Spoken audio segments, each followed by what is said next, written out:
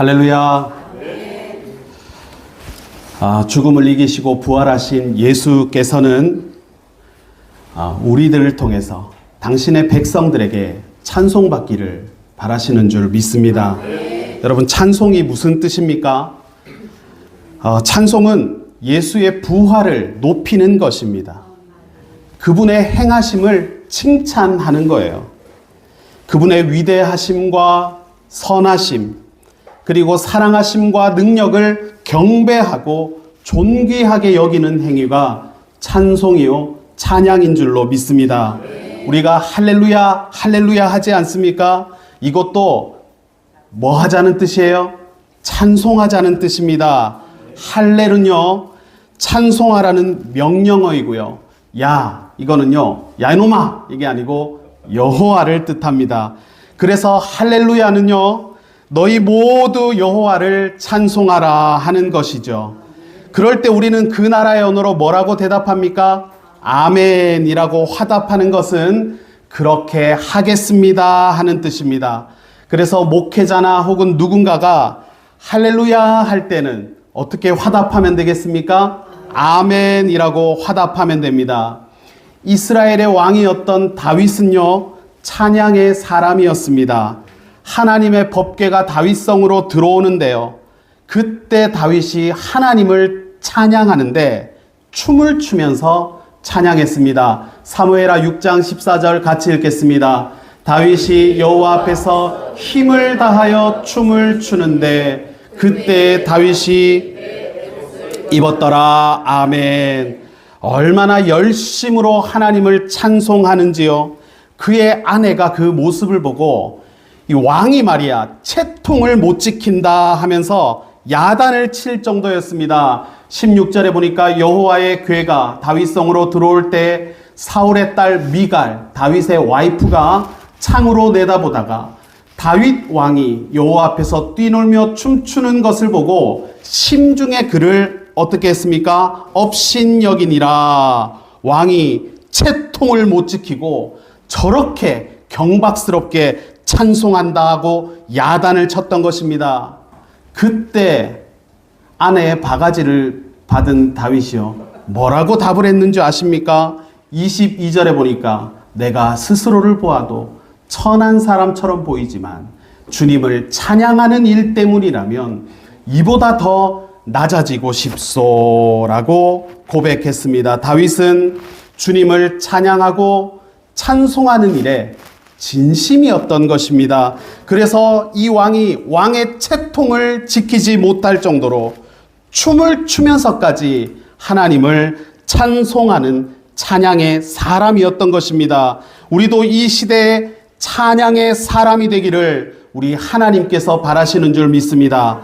그러면 우리는 어떻게 부활하신 주님을 찬송할 수 있겠습니까? 성경에는 다양한 찬양의 방법을 기록하고 있습니다. 시편, 이거 제가 넘길게요. 시편 71편을 보니까 내 입술로 여호와의 의를 말하며 종일토록 주를 찬송하리이다 했고, 시편 33편 3절을 보니까 새 노래로 여호와께 노래하며 찬송의 소리로 아름답게 연주할지어다 했습니다. 시편 149편을 보면 춤을 추면서 찬양한다고 했고요. 시편 150편은 악기로 하나님을 찬양하겠다 했습니다. 그리고 시편 47편에 보니까 여러분들이 봤을 때 무엇으로 찬양을 한다고 되어 있습니까? 손뼉을 치면서 하나님을 찬양한다는 것입니다.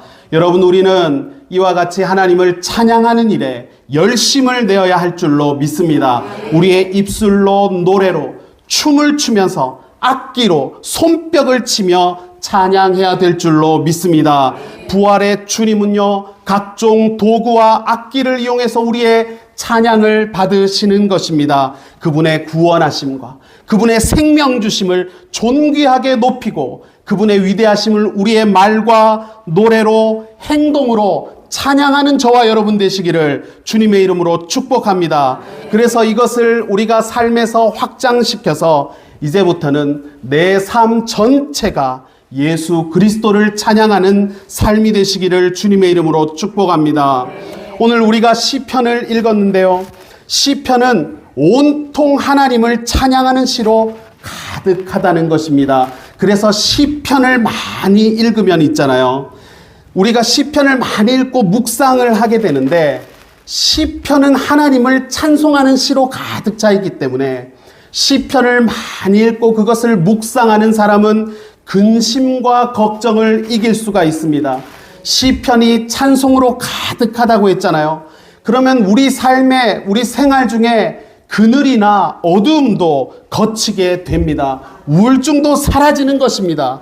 시편이 하나님을 찬양하는 것으로 가득하기 때문에 그런 시편을 읽고 우리가 묵상하면 내 마음이 하나님으로 충만하게 되는 것이죠.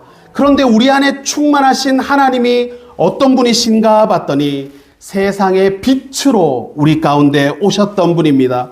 그래서 그분을 찬양하면서 그분으로 충만하면 그분 안에서 어두움과 그늘과 우울증조차도 다 거치게 되는 것입니다.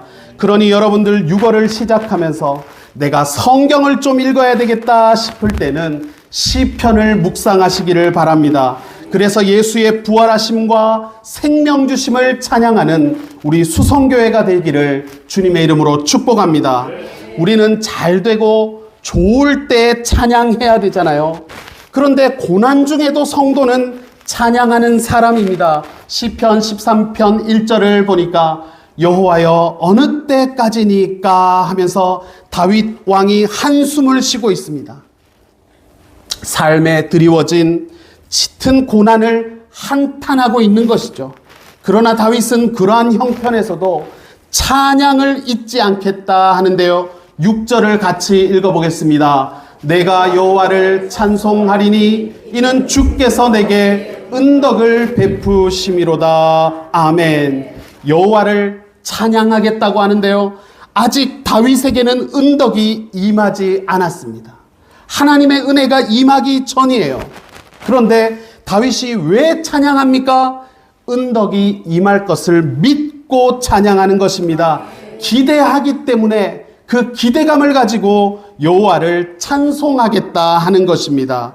우리도 마찬가지입니다. 삶의 문제가요, 산처럼 높을 때가 있고 고난이 파도처럼 강할 때가 왜 없겠습니까? 그래서 우리도 때로는 다윗 왕처럼 주님, 이 때가 어느 때까지니까 하면서 한숨 쉴 때가 있는 것입니다. 그럴지라도 우리가 여호와 하나님을 찬양하는 이유는 다윗과 같은 마음입니다.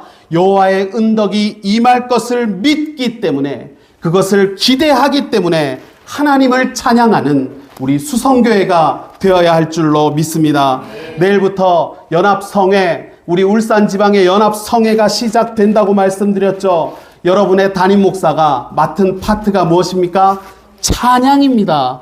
여러분 연합성회에 다들 참석하시기를 권면합니다.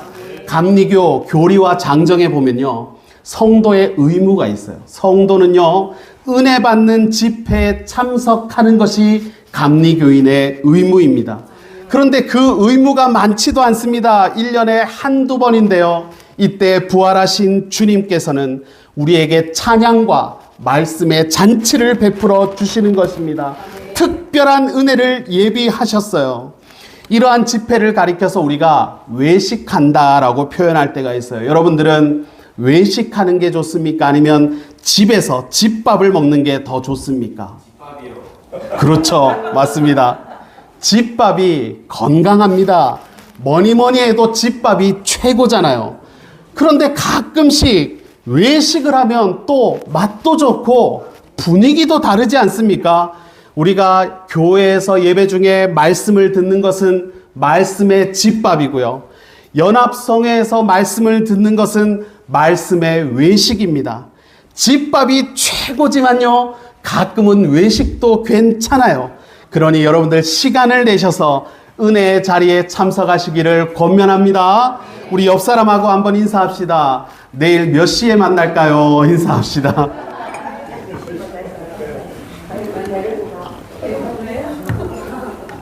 내일 차량 운행도 있으니까 다들 참석하시기를 바랍니다.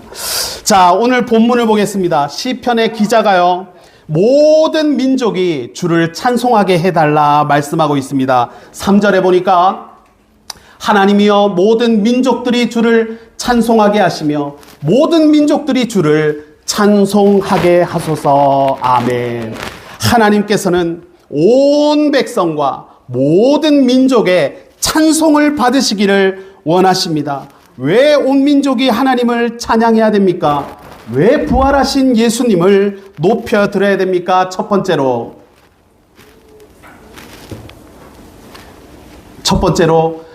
주의 도와 구원이 알려지기 때문에 찬송해야 됩니다. 2절을 같이 읽겠습니다. 주의 도를 땅 위에, 주의 구원을 모든 나라에 알리소서. 아멘. 주의 일하심이, 주의 생명 주심이, 주님의 구원하심이 온 나라에 알려지기 때문에 찬송하자는 말입니다. 주께서는 세상을 심판하려 하심이 아니요 구원하시는 분이시기 때문에 주님의 구원하심을 온 민족이 찬송하자는 뜻입니다. 창세기 사도행전 16장을 보면은요, 이상한 내용이 나옵니다. 성령 충만한 바울이 복음을 전하는데요, 성령께서 그 복음 전하는 것을 막으시는 장면이 나와요. 사도행전 16장 6절에 보니까 성령이 아시아에서 말씀을 전하지 못하게 하시거늘 이라고 합니다. 이상하지 않습니까? 복음을 전하는 것은 누가 하는 일입니까? 성령께서 하시는 일인데 성령께서 지금 이 일을 막으신다는 것입니다. 7절에 보니까 무시아 앞에 이르러 비두니아로 가고자 애쓰되 예수의 영이 허락하지 아니하시는지라. 비두니아 지역에 복음 전하는 것을 성령이 막았다고 합니다. 야, 이게 어찌된 일인가? 왜 성령께서 성령이 하시는 일을 중지시켰나 봤더니 복음이 있잖아요. 아시아를 벗어나서 유럽까지 전해지는 것이 성령의 일하심이었던 것입니다. 그래서 바울은요, 아시아의 비두니아가 아니라 유럽의 첫 시작인 마게도냐의 빌립보성에서 루디아라는 여인을 만나서 사도 바울이 예수 복음을 그녀에게 전하게 되는 것입니다. 14절에 보니까 14절을 제가 읽어드리겠습니다. 루아디라시에 있는 자색 옷감 장사로서 하나님을 섬기는 루디아라 하는 한 제자가 말을 듣고 있을 때 주께서 그 마음을 열어 바울의 말을 따르게 하신지라 그와 그 집이 다 세례를 받았다라고 말씀합니다. 사도행전 16장이 중요한 이유는 뭐냐면요, 복음이 아시아를 벗어나서 온 세계에 알려지는 계기가 되었던 것입니다.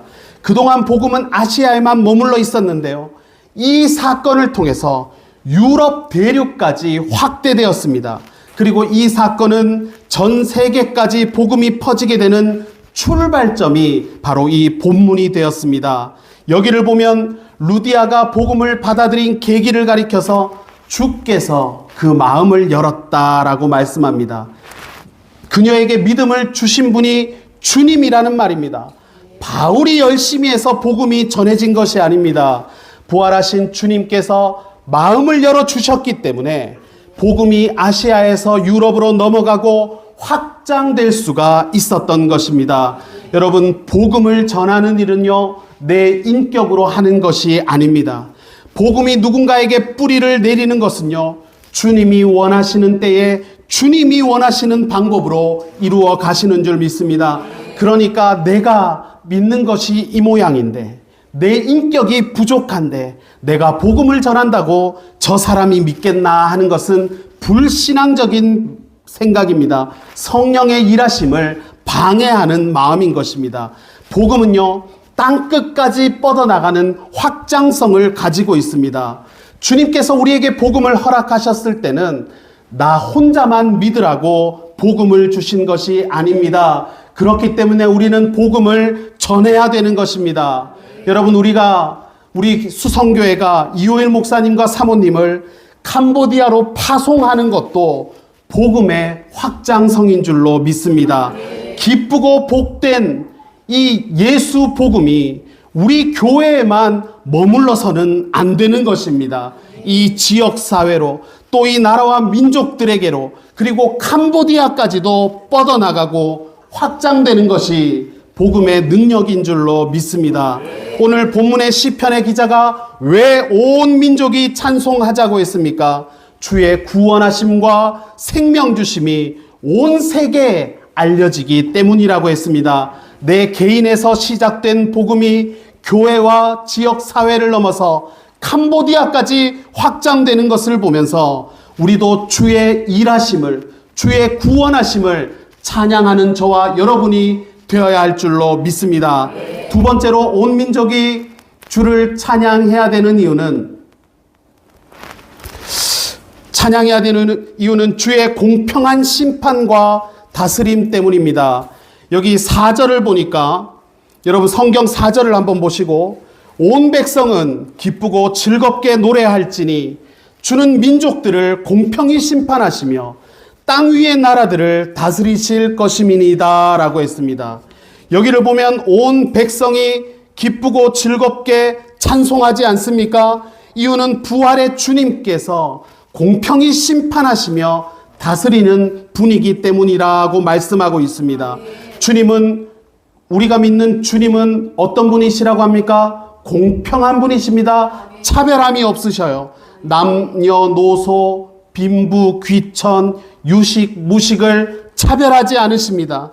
그래서 어떤 글을 보니까요, 천국행 티켓이 있다면 거기에는 차별함이 없을 것이다 라는 글을 보았습니다.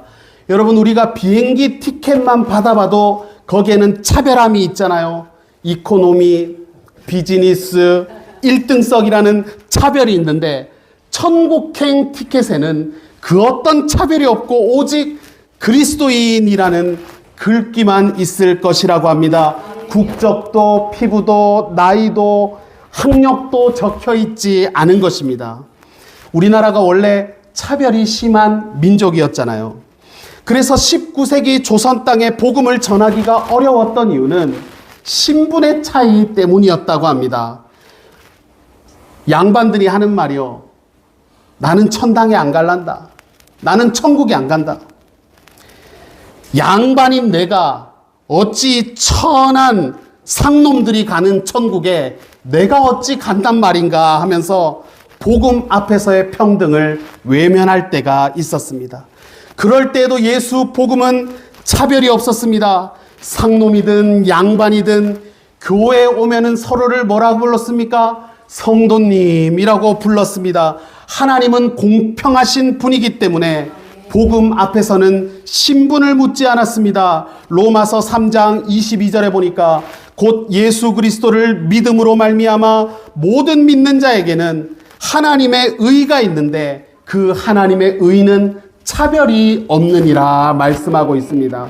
우리가 하나님 앞에서 천국 백성이 되는 길은 하나님 앞에서 의롭다함을 받아야 되는데, 로마서에는 하나님의 의를 받는 그 하나님의 복음에는 차별이 없다는 것을 분명히 말씀하고 있습니다. 하나님은 사람을 차별하지 않으시는 분이시기 때문입니다. 그렇기 때문에 우리도 하나님의 마음으로 차별함을 지워야 할 줄로 믿습니다. 모두에게 동일하게 예수님의 마음을 가지고 섬겨야 할 줄로 믿습니다. 그럴 때 여러분들 가족 구성원을 차별함 없이 대하시기를 바랍니다. 첫째와 둘째를 차별하지 마시고요. 자녀와 배우자를 차별하지 마십시오. 시부모님과 친정부모님을 차별하는 것도요, 하나님이 원하시는 것이 아닙니다. 교회 새 가족이 오면요, 차별함 없이 섬겨주시기를 바랍니다. 여러분, 텃세 부리는 교회는 부흥 못합니다. 이웃에 보면은요, 이제 좀 교회가 세워질 것 같은데 주저앉고, 교회가 좀 클 것 같은데 원상복구되는 이유가 알고 보면 다 텃세 때문입니다. 텃세를 부리는 차별함을 가지고는 안 되는 것이기 때문에 여러분들은 내 마음에 드는 사람에게도 친절해야 되겠지만, 내 마음에 좀 덜 드는 사람도 차별함 없이 친절한 교회 되시기를 주님의 이름으로 축복합니다. 그래서 시편의 기자는요, 차별함 없는, 하나님은 차별하지 않으시는 분이기 때문에 그분의 공평한 심판과 그분의 다스림을 찬양합시다라고 했던 것입니다. 세 번째로 온 민족이 왜 주님을 찬양해야 됩니까? 주께서 땅의 소산을 비롯한 복을 주시기 때문에 찬송하자는 것입니다. 6절에 보니까 땅에 그의 소산을 내어 주었으니 하나님 곧 우리 하나님이 우리에게 복을 주시리로다 했습니다. 여기서 복을 주시는 분이 누구라고 했습니까? 하나님께서 복을 주신다고 합니다. 맞는 말이지 않습니까? 인간의 복은 하나님으로부터 받을 수가 있는 것입니다. 왜냐하면 하나님께서는 축복의 출발이시고 복의 시작이시고 복의 근원이시기 때문입니다. 그런 하나님께서는 오늘 저와 여러분에게 복 주시기를 원하십니다. 우리를 이곳에 부른 이유가 하늘 복을 충만하게 부어 주시기 위해서 우리를 이 자리로 불러 주신 줄로 믿습니다. 여러분, 사람이 열심히 산다고 다 복을 받는 것이 아닙니다. 하나님께서 복을 주셔야 되는 것입니다. 여러분, 이번 주 주보에 제가 쓴 목회 칼럼을 읽으셨습니까? 하나님께서 우리 수성교회에 지금 복을 주시잖아요. 기도에 응답해 주고 계십니다. 사람이 열심히 산다는 게 전부가 아닙니다. 여러분, 어떤 지인의 제가 이야기를 최근에 들었는데요.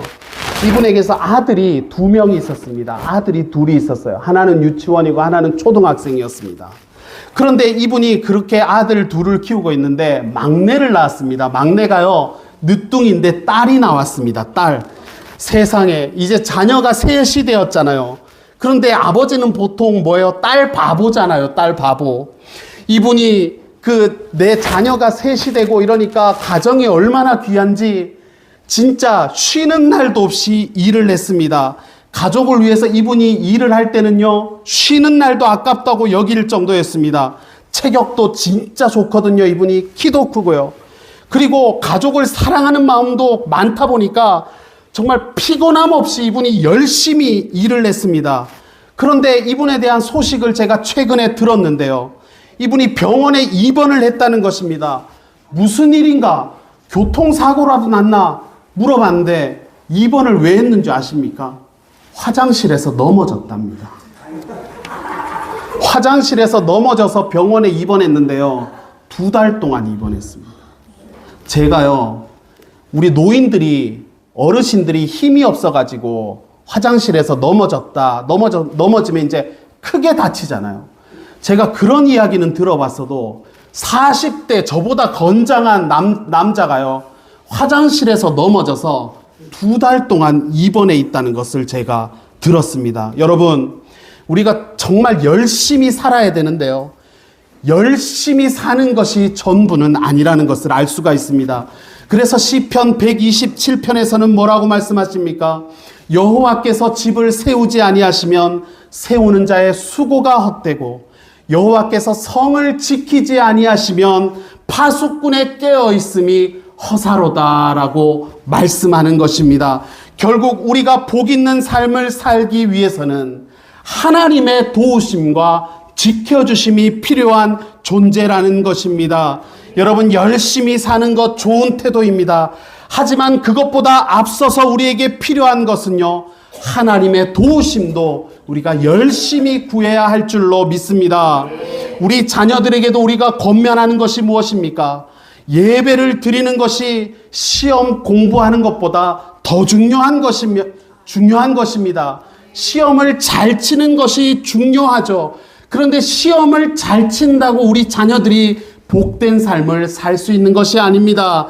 자녀들을 우리 하나님께서 도와주셔야 우리 자녀들이 형통함 안에서 복된 삶을 살 수가 있는 것입니다. 그리스도인은요, 여러분, 하나님을 찬양하는 사람인 줄로 믿습니다. 지난주에 한 권사님이 그러셨어요. 노래를 부르면 그렇게 좋답니다. 노래를 부르면요, 폐도 좋고 몸을 움직이면서 박수를 치면 혈액순환도 잘 되고 심장도 튼튼해지고 노래를 부르면 스트레스도 다 날아간답니다. 그런데 여러분, 우리가 하나님을 찬양하는 삶을 살면은요, 이 모든 것을 더해서 하나님께서 기뻐하시고 우리 삶에 복을 내려 주시는 줄로 믿습니다. 지금 우리 주변을 나가보면 사람들이 막 춤을 추면서 찬양하고 있잖아요. 1번, 1번, 2번, 2번. 사람들이 이렇게 1번을 찬양하고 2번을 찬양하고 3, 4, 5, 6번 다 찬양하는데 우리는요, 나를 구원하신 하나님의 은혜를 찬양하는 찬송의 사람 되시기를 바랍니다.